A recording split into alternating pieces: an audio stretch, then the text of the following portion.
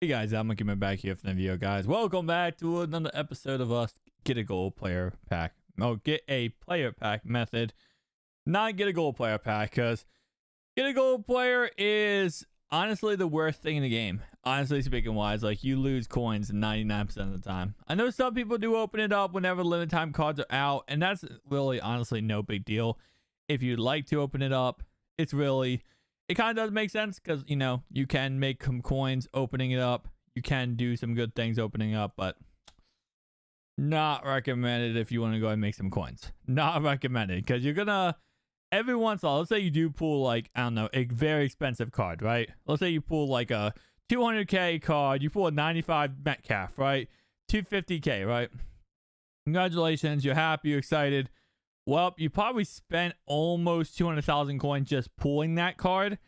And yeah, that's literally by the time you pull it, you spend 200k pulling it. So you made 50k profit. Then you pull another 250k because you pulled that card. Actually, after selling is 25k profit. Then you pull another 200k because you pulled that card and you lose all your coins. So it's just how it works. And then you pull this and you get these power-up cards that actually go for some amount of coins. I've been pulling a lot of elites out of this too. I pulled 84 Vic. I think he sold. Yeah, he sold. But I pulled 84 Vic recently. Like literally probably like an hour ago. So again, gotta be careful with some of these low overall elites though. Sometimes you have to relist them a couple times because you'll post it and then like 20 more people will post it and it will be like a little bit cheaper than it actually you posted it for. So sometimes you have to relist it. What I do is I always list my cards. Usually like in the past, right? And whenever we're talking about listing cards, usually we list them for around the price tag, around like 8 hours, because you're gonna sell within 8 hours. A lot of times when it comes to this method, I like selling cards fast, and it's just usually that it kind of burns you in Madden because like you don't want to sell cards too fast. You want to take your time and sell cards, but in how this Madden works right now with this method we're doing, it kind of is best beneficial to sell cards fast because we have so many cards we're going to be loading up on the auction house every 5 minutes. Like every 5 minutes we're going to have a bunch of cards being posted to the auction house, and this Kevin Y is actually like 6 times my coins back. That's a big fat W right there. That was what I was saying.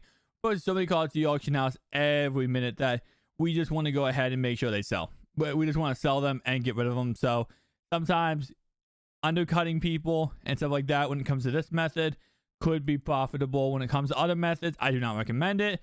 I always say if you are going to sell cards, take your time, wait, especially because most cards we're talking about are like really high overall expensive cards. So that's why we take our time. That's why we take our time, and we don't rush things because you can actually lose a lot of coins doing that. That's a really very not smart method. Also, real fast, before we continue this method, guys, I actually went ahead and I took off. You guys not seen my video on my main channel. Go check it out. But the gameplay, not a gameplay. It was a pack opening of the Series Redux cards. I went ahead and put acrobatic on all of my cornerbacks and safeties. So I had man, deep man, and medium man KO, and that was absolutely awful. I got destroyed in weekend league. When I pressed people, I mean, you guys saw Rod Woodson literally just stood there and did not move when to play.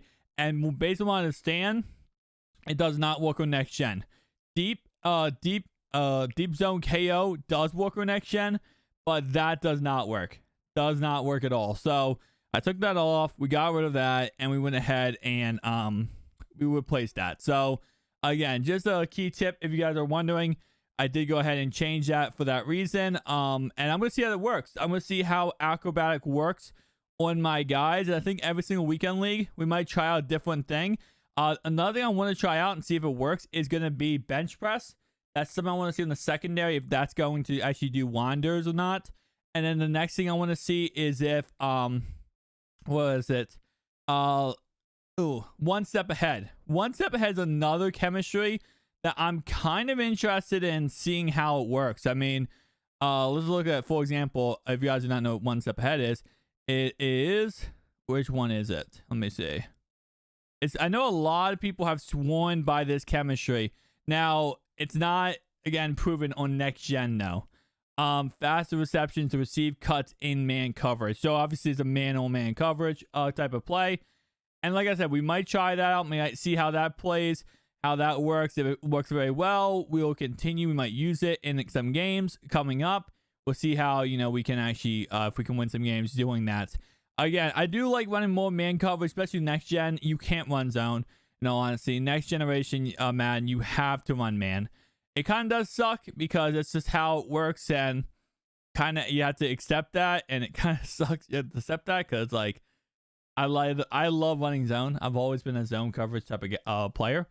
But next gen, the speed and how it's all messed up, and how the players, like for example, when it comes to getting a player to like if a player to get to like let's say at 97 speed, right?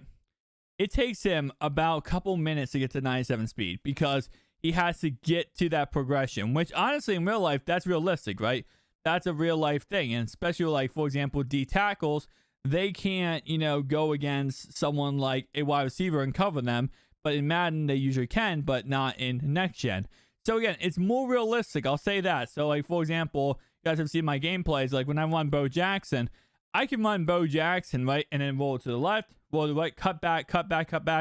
And I can kind of make, like, in a way, embarrass the player I'm playing against because I can just go around him and, cut. And that's how easy it is because it's realistic. It's how real life is. If Tyreek Hill gets an open field, he can make 17 moves and outrun somebody and beat them, right? He can beat them easily because he's faster than them.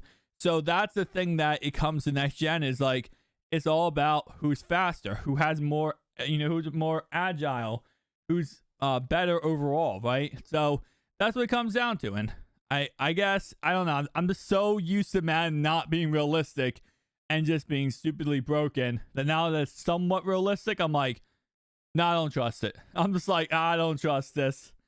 I've seen this before. I've seen this before, guys. I know this is bullcrappery, and I always feel like it is, but maybe it's not. Maybe EA just finally fixed their game.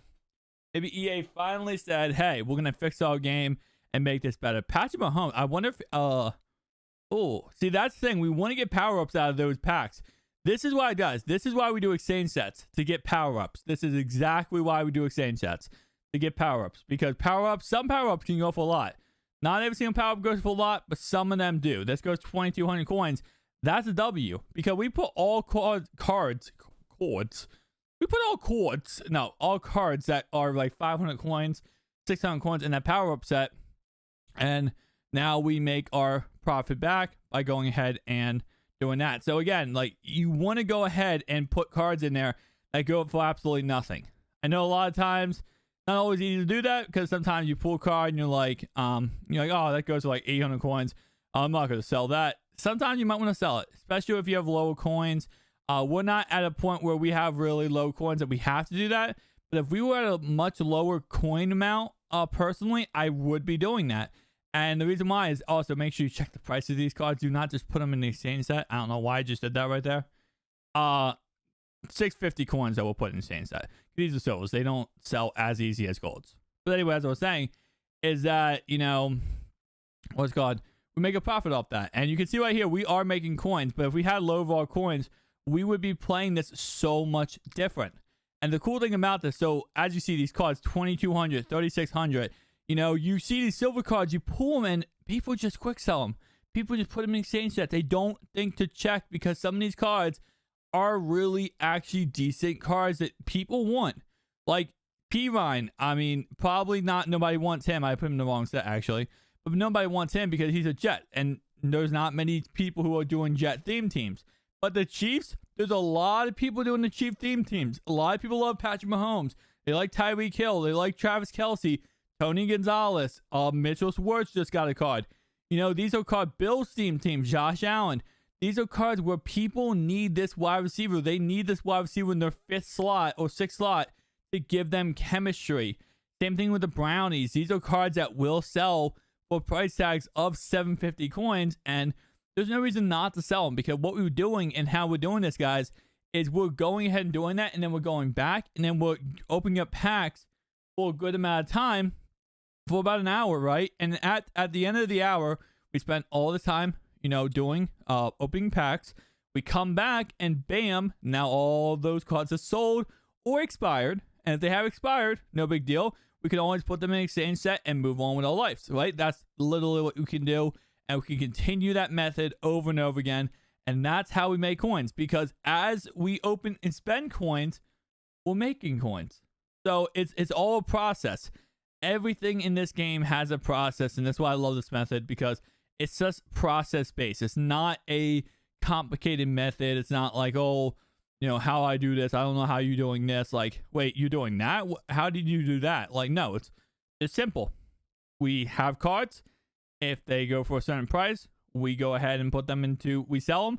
If they don't go for a certain price, we put them in exchange sets. We move on to life. We hope we pull power-up cards. If we pull a power-up of the 50, which we can pull anything about this, guys. We can pull anything that's 84 or less.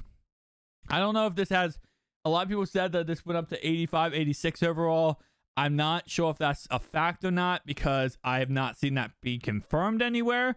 But if that's the case, that would be awesome. But I personally have not seen that confirmed anywhere. So, again, personally, in my belief, that is not the case. But I based on what I understand by pulling 1,000 of these packs, pretty much, is 84 is the top. 84 is top of the line. And that's pretty much where we're going on from there. That's what I have seen based on playing this game. Not saying this 100% confirmed facts that it's 84 or less, but I have not pulled above an 84 at all. And if you pull a coin card, even if you pull an 84 coin card, guys, like 72, I think it's like 80,000 coins.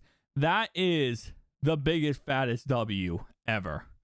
The profit margins on that is just absolutely broken. But anyway, guys, I'm going to end off this video here. If you did enjoy it, make sure to like and comment down below. I'll see you guys next one. Peace out.